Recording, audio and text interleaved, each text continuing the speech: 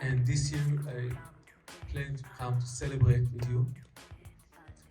And when I got off the plane, I opened my telephone and I saw that a horrible attack was on Israel, which started a war. Hundreds of people died, between of them children, older people, many people had kidnapped, and suddenly I felt that reality crashed the fiction, because I wrote about an imaginary war, and it's happened, and sometimes I feel that you just have to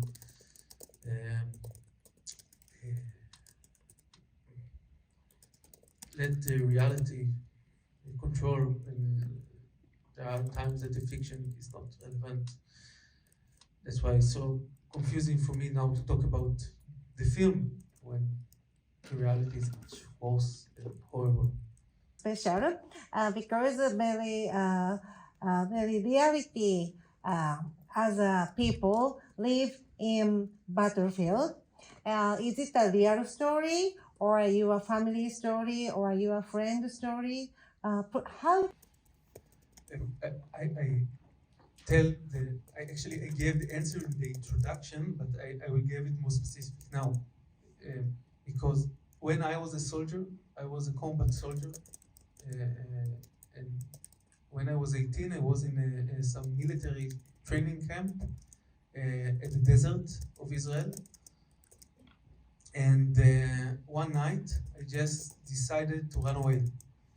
So I was in some post guard, and I go down the stairs, and I started to run away through what I was thinking is the main road. But it was a dark night, and I didn't find the road, and I walked for hours, and it was scary. And the only lights were the lights of the camp behind me. So I returned back to the camp and go back up the stairs, and no one ever knew about this failed escape. But back then I was starting to think what could happen if I would succeed to run away from the army. Yes. Actually, I felt it as Shlomi and as the actor that played him, that young, and because you're also a young audience, that excites me, because I've been into some festival, and you're by far the youngest audience. So I feel that I want to, by far the youngest audience. So I feel that I want to